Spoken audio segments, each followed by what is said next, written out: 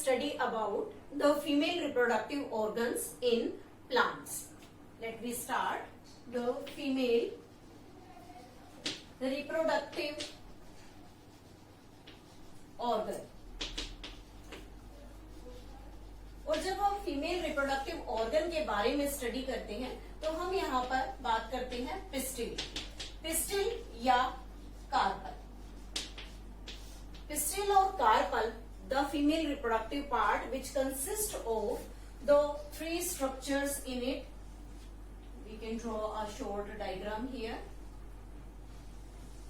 like this. This is the basal bulged portion which is named as the ovary. It is bulged basal portion.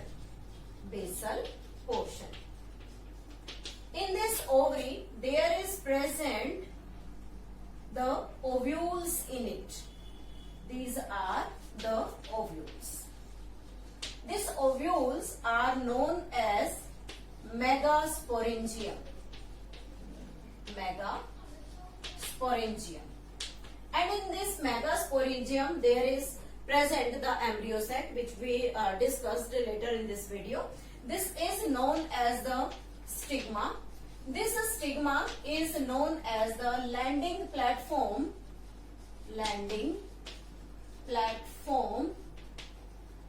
of pollen.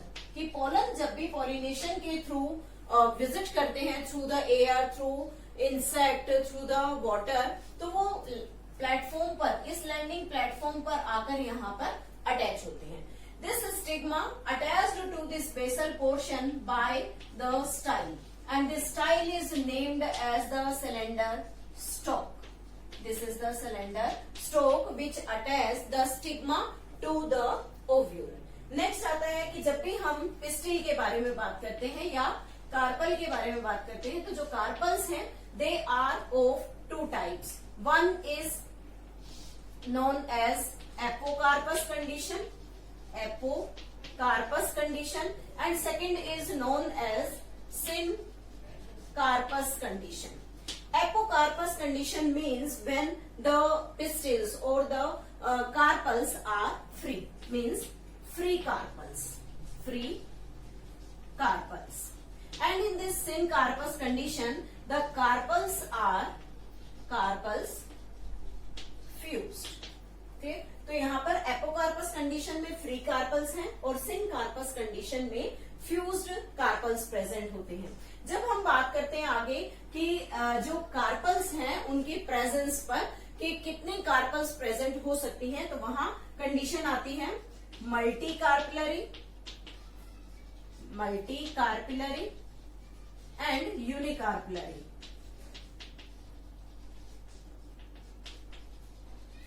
Multi कार्पिलरी और unicarpellary condition means two things are there.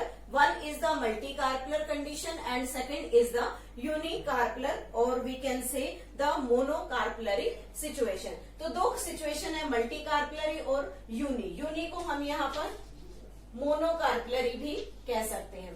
तो multicarpellary condition में more than 2 or 3 carpels are there. Many carpels are there and monocarpulary में only 1 carpel. लेकिन जब हम बात करते हैं many carpels means जब multicarpulary कंडीशन है तो वहां पर दोनों सिचुएशंस अप्लाई होती हैं. 1 apocarpous and 1 syncarpus. Apocarpous and the syncarpus condition. जब मल्टीकार्पुलरी एपोकार्पस कंडीशन है तो उसमें जो कार्पल होंगे वो मल्टीपल हैं, लेकिन सभी कार्पल्स फ्री सिचुएशन में हैं. लेकिन जब सिनकार्पस कंडीशन है तो सभी कार्पल्स जो हैं वो फ्री सिचुएशन में प्रेजेंट होंगे. तो हम अगर इनके डिफरेंट एग्जांपल्स को देखें तो एपोकार्पस मल्टीकार्पुलरी ओवरी के अंदर हमारा एग्जांपल आता है बिकैलिया और एपोकार्पस सिनकार्पस कंडीशन में आता है पेपेवर. 2 एग्जाम्पल पार्ट में अब नेक्स्ट डिस्कस करते हैं. Ovule means structure of megasporangium. structure of megasporidium. Sporangium कि मेगास्पोरेंजियम या ओव्यूल का स्ट्रक्चर क्या है और उसके डिफरेंट पार्ट्स कौन कौन से हैं। तो यहाँ पर सबसे पहले हम स्ट्रक्चर ड्रॉ करते हैं।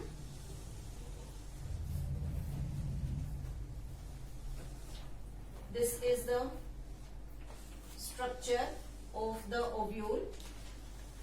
This type of the ovule is named as the apocarpus condition. This ovule is known as anatropous ovule. Anatropous ovule. And there are the different parts of this ovule, starting with this funicle. Funicle. What is funicle? Funicle is a stalk-like structure to which the ovule is attached to the placenta. Funicle, the stalk through which ovule attached to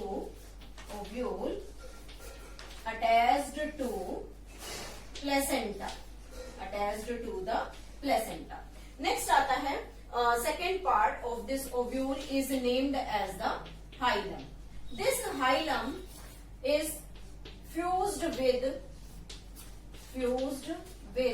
funicle. Means hilum ovule का वो part है जो funicle को ovule के साथ attach करता है। उसके बाद यहाँ हम कुछ प्रोटेक्टिव लेयर्स देखते हैं, जैसे ये 1 and 2, here also 1 and 2 protective layers are there. These are named as the integuments. इन्हें हम integuments कहते हैं and the integuments are 2 in number. They are also known as protective coat of ovule. Ovule में protective coat के नाम से हम इन्हें जानते हैं। उसके बाद जब हम बात करते हैं ओव्यूल में एक न्यू फीचर की, that is the portion which is named as the embryo sac. This is named as embryo, is known as female gametophyte. इस एम्ब्रियो सैक को हम फीमेल गैमेटोफाइट के नाम से जानते हैं। इसका डेवलपमेंट जो है वो हम आगे डिस्कस करेंगे। उसके बाद यहाँ ये वाला जो एंड है इसे हम बोलते हैं chalazal end. Chalazal end, that chalazal end is always opposite to the micropylar end. और यहाँ पर this region is named as micropyle end. इस माइक्रोपाइल एंड से हमेशा पोलन ट्यूब की एंट्री होती है and that is situated always opposite to the chalaza. अगर माइक्रोपाइल को डिफाइन करें then what is micropyle? Micropyle means कि जहां पर इंटेग्यूमेंट्स एब्सेंट होती है, means in this reason the integuments are absent, so it is known as the micropylar end. उसके साथ ही यहाँ पर this part is consisting of parenchymatous tissue. ये कंप्लीट पोर्शन जहां पर हमने एम्ब्रियो सैक को ड्रॉ किया है, this complete portion is known as the nucellus. And this nucellus is diploid in number. और इसी न्यूसेलस की सिंगल स्पोरोजिनस सेल एक एम्ब्रियो सैक की फॉर्मेशन करती है. So this is the complete structure of the anatropous ovule. This ovule, anatropous ovule, is also named as the inverted ovule. इस anatropous ovule को inverted ovule भी कहा जाता है.